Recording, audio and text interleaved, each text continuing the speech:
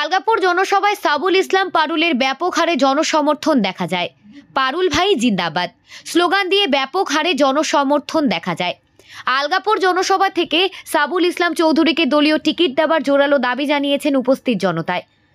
ভোটারদের ভরসা একমাত্র সাবুল ইসলাম পারুল, তাই এবার আলগাপুরের জনগণ বিকল্প হিসেবে তাকেই চাইছেন বলে দাবি জানান উপস্থিত জনতা। আসন্ন লোকসভা নির্বাচনকে সামনে রেখে করিমগঞ্জ লোকসভা সমষ্টিতে AIUDF তার শক্তি প্রদর্শনে নেমে পড়েছে। সোমবার আলগাপুর বাজারে AIUDF আলগাপুর সমষ্টি কমিটি ভিত্তিক দলীয় কর্মী সভা। করিমগঞ্জ লোকসভা নির্বাচনে AIUDF দলের সম্ভাব্য প্রার্থী সাবুল ইসলাম পারুলের এমন জনসমর্থন দেখা গেছে। ইতিমধ্যে সাবুল ইসলাম পারুল তিনি বিভিন্ন এলাকায় জনগণের বিপুল সমর্থনও পাচ্ছেন বলে সংবাদ মাধ্যমকে জানান। হাইলাকান্দি থেকে রাহাতুল আক্তার, বড় ভুইয়ার রিপোর্ট।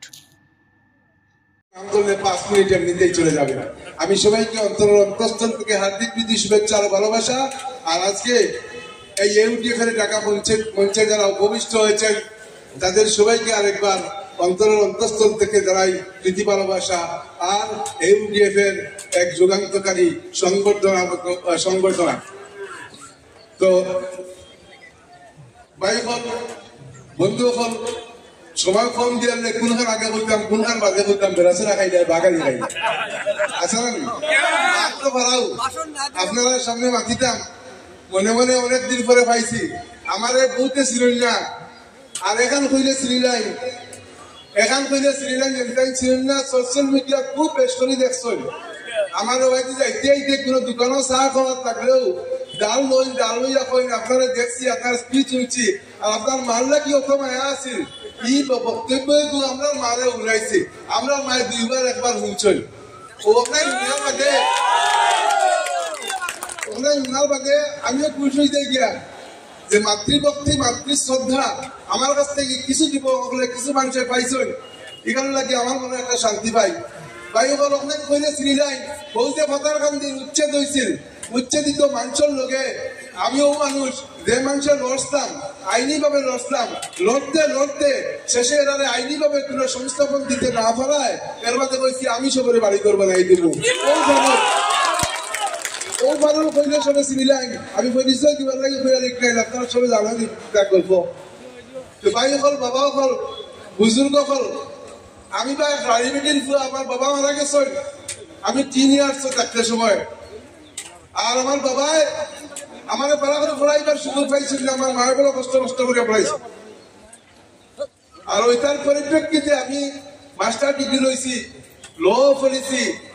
আমি ইচ্ছা করলে হাফিজ রশিদ আহমদ সাবুল্লাহ খান হাইকোর্টও বা লোয়ার কোর্টও ওকালতি করতে পারতাম।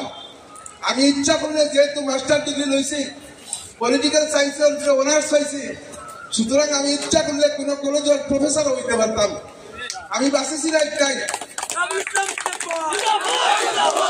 ওকালতি ভাবছি না প্রফেসর হওয়া বাঁচেছি না বাঁচেছি দেখছি যে পথ আমার সম্পূর্ণ আন্দায় আমার কাছে পুঁজি ভাতা নাই চিন্তা নাই ও পথ বাঁচেছি কঠিন থাকি কঠিন পথ এর লাগি বাঁচেছি পথ যদি আমি ব্যবসা বাণিজ্য করিয়া নিজেরা প্রতিষ্ঠিত করতে পারি তাইলে কিছু মানুষ আমার লোকেও প্রতিষ্ঠিত করতে পারবো কর্মসংস্থানের ব্যবস্থা দিতে পারবো।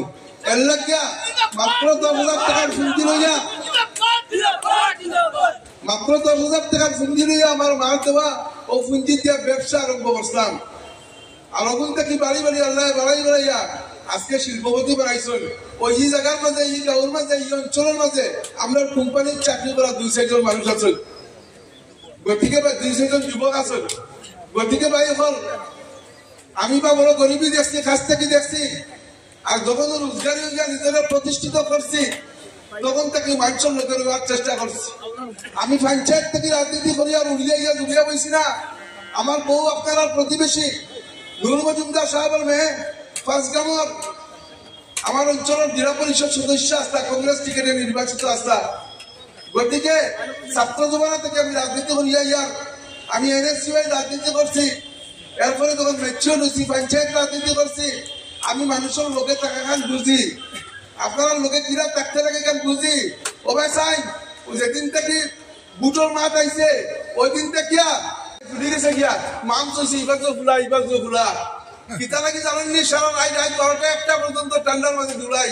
আমার সংগঠনের প্রত্যেক ভাই বিরাজনদের দিকে প্রত্যেকের বাড়ি যাই, প্রত্যেকের বাড়ি যাই, আলিগুলাম বাড়ি যাই, দোয়া আশীর্বাদ যাই। আজকেও আপনার সামনে একটি দোয়া আশীর্বাদ দিতাম। আমি মানুষের খেদমত করার লাগিয়া সিদ্ধ হস্ত ইনশাল্লাহ গত 20টা বছর থেকে আপনারা হতে একটা ঘটনা শুনছেন মাত্র, বেশি বাইরে দিতেছেন দুনিয়া। করোনা মহামারী আইছে, করোনা মহামারীর সময় করিমগঞ্জ শহর, আমি করিমগঞ্জ শহরের মানুষ, করিমগঞ্জ শহরের আপনারা খবর লইলে জানবা হিন্দু সমাজের মানুষ তান্তানোর মৃতদেহ হল শ্মশান জায়গা দিতে না, শ্মশান যখন জায়গা দিচ্ছেন না করোনা আসতে যাইব পাড়া প্রতিবেশী শ্মশান জানাইলে আমি পারুল চৌধুরী সংবাদপত্র মিডিয়া সোশ্যাল মিডিয়াত আমার ফোন নম্বর বাইরে করিয়া দিয়া কইছি, যারা এই ধরনের ডরাইবা শ্মশান জায়গা দিতে আমি ফারুলরে ফোন করবা। আমার নিজ জায়গাত সম্পূর্ণ হিন্দু রীতিনীতি মানিয়া আমরা এই মৃতদেহ দেহ কার্য সৎকার্য আমরা করবো। আমার ফোন নম্বর বাইরে করিয়া দিছি। এই ফল যখনও বন্যা হোক, যখনও কোনো ধরনের অপ্রীতিকর ঘটনা হোক, আমি পারুল চৌধুরী সবসময় মানুষের দ্বারা থাকছে অভ্যস্ত। ভাইবার আমি আপনারা দ্বারা থাকবো, আমি চাইয়ার আপনারা দ্বারা থাকতাম, আপনারা খেদমত করতাম। আমি ইচ্ছা করলে প্রফেসর হইতে পারতাম, আমি ইচ্ছা করলে উকিল হইতে পারতাম, আমি তা বাঁচিছি না। আমি বাঁচছি আপনারা লোকে থাকার পথ।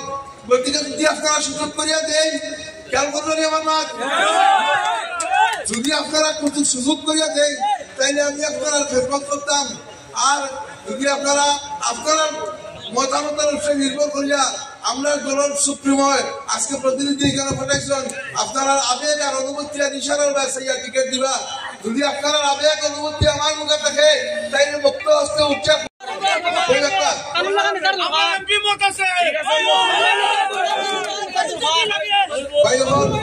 আমরা একবারও কইছি দেখো শিক্ষিত, গতিকে যদি বাহার বাইরে ধরে বাসই ইনশাল্লাহ আমরা সবাই লোকে থাকতাম একজুট হইয়া কে ইউডিএফের প্রার্থী দাঁড়া হইব আমরা তাদের জিতাইতাম।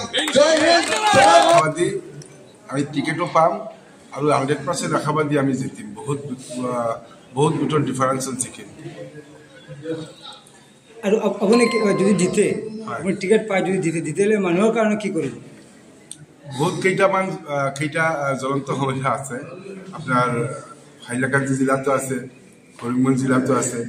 এই জ্বলন্ত সমস্যাবোৰ আমি সলভ কৰিব বিচাৰিব। তাৰ মাজত এটা হ'ল আপোনাৰ ভৈৰৱীৰ পৰা বজৰপুৰ, হাইলাকান্দি জিলাত ভৈৰৱীৰ পৰা বজৰপুৰত ৰেল কমিউনিকেশ্যন নাই। মোৰ ইয়াত ৰুলিং গভৰ্ণমেণ্টৰ MP আছে, তথাপিও তেখেতে ভক্ষেপ কৰা নাই। আমি এইটো কৰিম, যেনে তেনে এই ৰেল কমিউনিকেশ্যন চিষ্টেমটো চালু কৰিম ভৈৰৱীৰ পৰা বজৰপুৰত। ছেকেণ্ডটো হ'ল আমি কৰিমগঞ্জ আৰু শিলচৰ, কৰিমগঞ্জ আৰু হাইলাকান্দি এই দুটা জিলাক আমি শিল্পনগরী বানাবার চেষ্টা করিম। আর দুটা আপনার হাইলাকান্দি আর করিমগঞ্জ জেলার এটা আধুনিক মেডিকেল সেন্টার বানাম, মেডিকেল কলেজ বানাম, এইটো আমার লক্ষ্য আছে। তার পাছত রেল ক্রসিংত বহুত সারা বহুত কেইটামান ফ্লাইওভারের দরকার আছে। আমার বদরপুর ঘাট এটা, করিমগঞ্জ টাউনত এটা। রুলিং গভর্নমেন্টের MP থাকা সত্ত্বেও কোনোবা দিশা দিয়া নাই। কাম করিবার ইচ্ছা থাকিলে রুলিং গভর্নমেন্টের বাহিৰত থাকিও কাম করা যায়, এইটো আমি প্রমাণ করে দিম। এই ফ্লাইওভারবোৰ আমি যেনে তেনে প্রকরণে এইটো করি। আচ্ছা, আরও একটা প্রশ্ন, যদি আপনাকে টিকিট দেওয়া হয় আর যদি সেখানে এই AGP থেকে এই MLA সিদ্দিককে টিকিট দেওয়া হয়, তাহলে মুসলিম ভোটে কি আপনার কোনো এফেক্ট পড়বে? না, AGP মানে তো বিজেপি। তো AGP থেকে টিকিট দিলে যাকেই দেওয়া হোক না কেন তা বিজেপির প্রার্থী হিসেবে ধরে নেওয়া হবে। তো উনি যে একজন মুসলিম প্রার্থী, AGP থেকে হোক আর বিজেপির থেকে হোক, এইবার কিন্তু সংখ্যালঘু সম্প্রদায় খুব হুঁশিয়ার। দীর্ঘ প্রায় 75 বছর পর এবার একটা সিট, এটা আসন উন্মুক্ত হয়েছে, এটাতে সংখ্যালঘু সম্প্রদায়ের মানুষ প্রতিনিধিত্ব করবে, তাদের কোনো এফেক্ট আসবে না, আসার কথা। আচ্ছা, আপনি আপনার প্রতিদ্বন্দ্বী হিসাবে কাকে পাবেন, কংগ্রেসকে না বিজেপিকে? কংগ্রেস তো প্রতিদ্বন্দ্বী